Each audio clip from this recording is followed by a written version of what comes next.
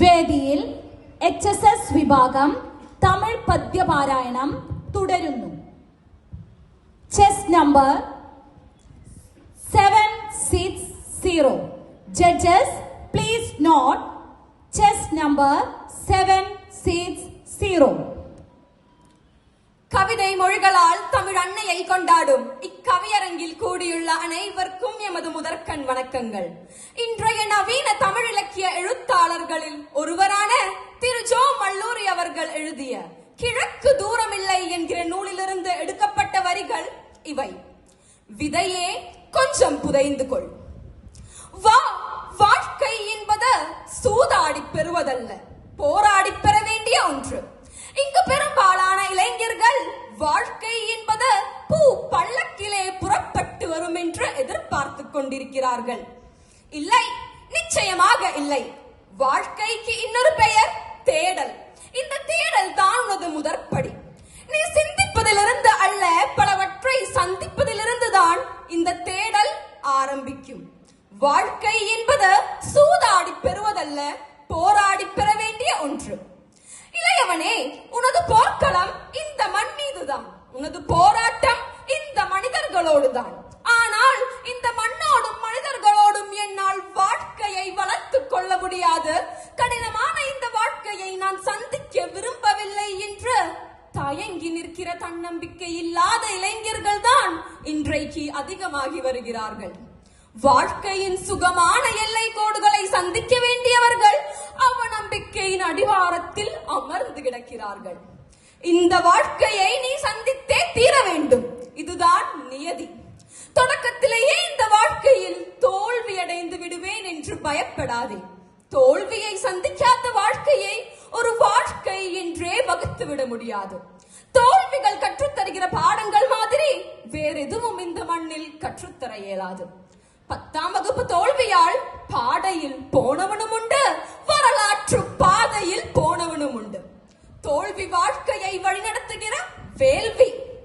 கல்வியில் தோல்வியா, காதலில் தோல்வியா, நீ தொட்டதெல்லாம் தோல்வியா? கவலைப்படாமல் இவற்றை எல்லாம் கொஞ்சம் சிந்தித்து பார்த்தால் இந்த தோல்விகள் எல்லாம் வேறொரு வெற்றிக்கு உன்னை அழைத்து செல்லும் சுவடுகளாகத்தான் இருக்கும்.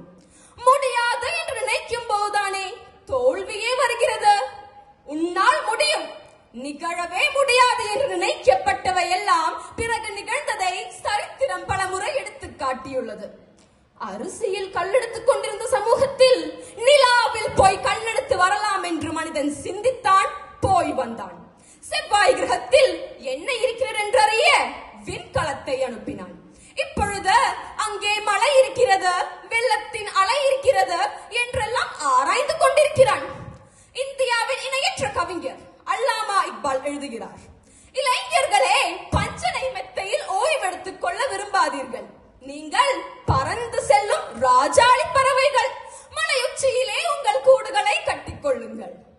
நீ ஞானியாவதற்கும் நாசமாவதற்கும் மனிதனே போதுமானவன். சில நேரங்களில் உனது துயரங்களுக்கு தோள் கொடுப்பான், சில நேரங்களில் உனது உயரங்களுக்கு பள்ளம் பறிப்பான். தேவைப்பட்டால் கூட்டிக் கொடுப்பான், எதிரியானால் அதையே காட்டிக் கொடுப்பான். மனிதன் தானே, அவனுக்கு நாக்கும் புரளும் வாக்கும் புரளும். படைப்பில் உயர்ந்தவன் என்றாலும் காட்டுக்குள் இருந்து வந்தவன் தானே. காட்டுக்குள் இருந்த போது தனக்குள் இருந்த மனிதத்தை தெரிந்து கொள்ளவில்லை. நாட்டுக்குள் இருக்கும் போது தனக்குள் இருந்த மிருகத்தை மறந்து விடவில்லை. நண்பா, வரலாறே வேண்டாம் என்று வாழ்ந்து விட்டு போவதற்கு நீ என்ன மண்புழுவா? மனிதன் அல்லவே. வரலாறே வேண்டாம் என்று வாழ்ந்து விட்டு போவதற்கு நீ என்ன மண்புழுவா? மனிதன் அல்லவே. சரித்திரமே வேண்டாம் என்று சாம்பலாகி போவதற்கு நீ என்ன சவுக்கு மரமா? சாய்ந்த பிறகும் மனம் கமிழுகிற சந்தன மரம் அல்லவா?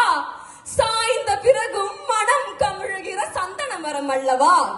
உன்னை நேசிப்பது பூக்கள் அல்ல, முட்கள் தான். இருக்கட்டுமே, முள்மரத்தில் அமர்ந்தாலும் குயிலே நீ கூவிக்கொண்டுதான் இருக்க வேண்டும். வனாந்திரத்தில் வாழ்ந்தாலும் கிளியே நீ பேசிக்கொண்டுதான் இருக்க வேண்டும். விதையே, என்றாவது ஒரு நாள் நீ முளைக்காமலா போவாய்? நிச்சயமாக இந்த விதை முளைக்கும் என்ற நம்பிக்கையோடு உனக்குள்ளே சொல்லிக்கொள். ஒரு நாள் வானம் வந்து உனது கொடிகளை அழைக்கும்.